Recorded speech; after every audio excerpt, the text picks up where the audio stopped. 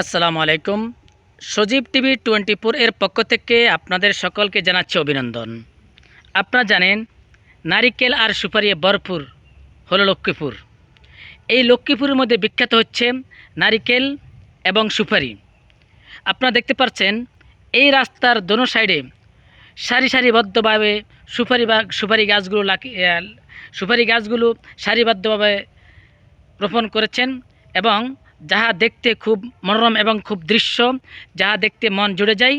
এবং আপনারা জানেন কিছুদিন পরে আসতেছে এই যে এই সুপারিগুলো কিছুদিন পরে আসতেছে এবং এই দেশের মানুষ এই সুপারি বিক্রি করে তাদের জীবিকা নির্বাহ করে।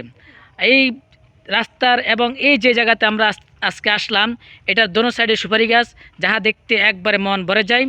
এবং প্রতিদিন সন্ধ্যা অথবা আসরের পরে দর্শনার্থী এখানে আসে তারা ঘোরার জন্য, তাদের মন দেখার জন্য, এই গাছগুলো দেখার জন্য এবং এই দৃশ্যগুলো দেখার জন্য তারা প্রতিনিয়ত এখানে আসে।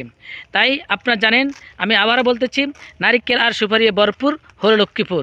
আমি মোহাম্মদ হাসান, রায়পুর প্রতিনিধি, সজীব টিভি 24।